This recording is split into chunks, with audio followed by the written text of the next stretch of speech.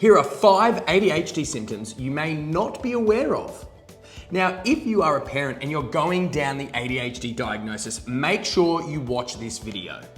My name is Seamus Evans. I have ADHD. I've got Tourette syndrome. I'm a keynote speaker, ambassador for Tourette Syndrome Association Australia, and I am making YouTube videos spreading awareness on neurodiversity. So if you like this video, subscribe for more and make sure you give a comment.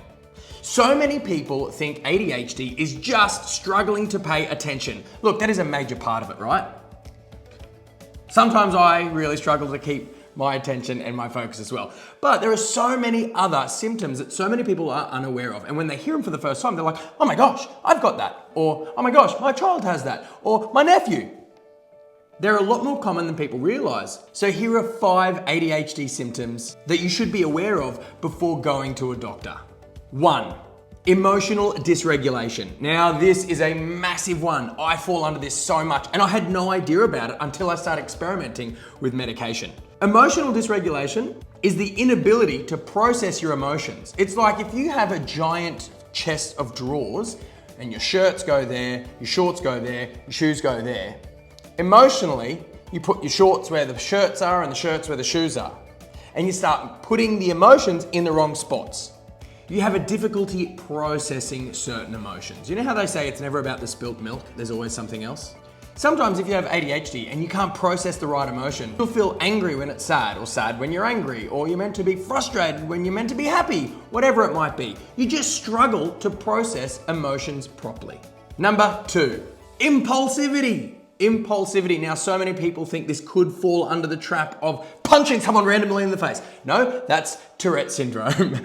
Impulsivity, it might be blurting out an answer before someone hasn't even finished asking the question, cutting someone off halfway through their sentence, have a hard time waiting their turn, or starting a conversation at inappropriate times. Or it could just be doing something without thinking, climbing up on the couch, riding too fast on their bike. I mean, these are all pretty childlike symptoms anyway, but if you have ADHD or are neurodiverse, sometimes you just behave in a certain way without even realizing it, without thinking about it first. You know that stop and think before you act? Out the window if you've got ADHD. It's impulsive, it just happens. Number 3, always being late. Has no sense of time or a schedule or a timetable. You know those people who always, doesn't matter what time you say, they will always turn up 10 minutes late? Chances are they're a little bit neurodiverse. See, what happens in the little young neurodiverse brain is you get so focused on something that you actually lose track of time, and your ability to judge how long it takes to do a task is completely warped. That's why you have these neurodiverse kids who are always late to things or have no idea how long a task actually takes, because the ability to measure time, let's just say, isn't a very strong muscle. There are so many different techniques people use, like for example, telling them it's 5 minutes earlier than everybody else, so they actually turn up 5 minutes late and being on time. Number 4, forgetfulness, always forgetting items. Where did I put that? Where did that go? Or maybe placing it in a really random spot and then later go, why did I put that in the fridge? My hammer does not belong in the fridge. Or just even having a poor memory, not being able to remember things that have been said in the past or sometimes things that have been done. Really handy if you've been naughty and your parents ask you, why did you do that? I forget.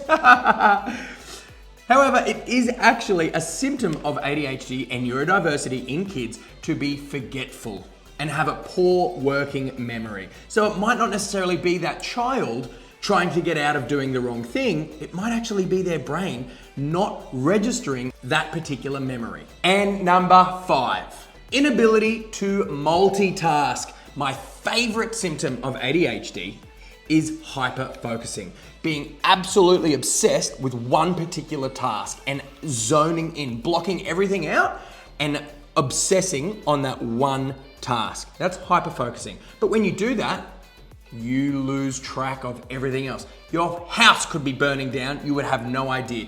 That's why sometimes you get such impulsive eating habits, because you won't eat for 6 hours because you've been hyper-focusing on something. Then all of a sudden, you get out of the task, you are dead starving, and so you order up a whole thing of KFC.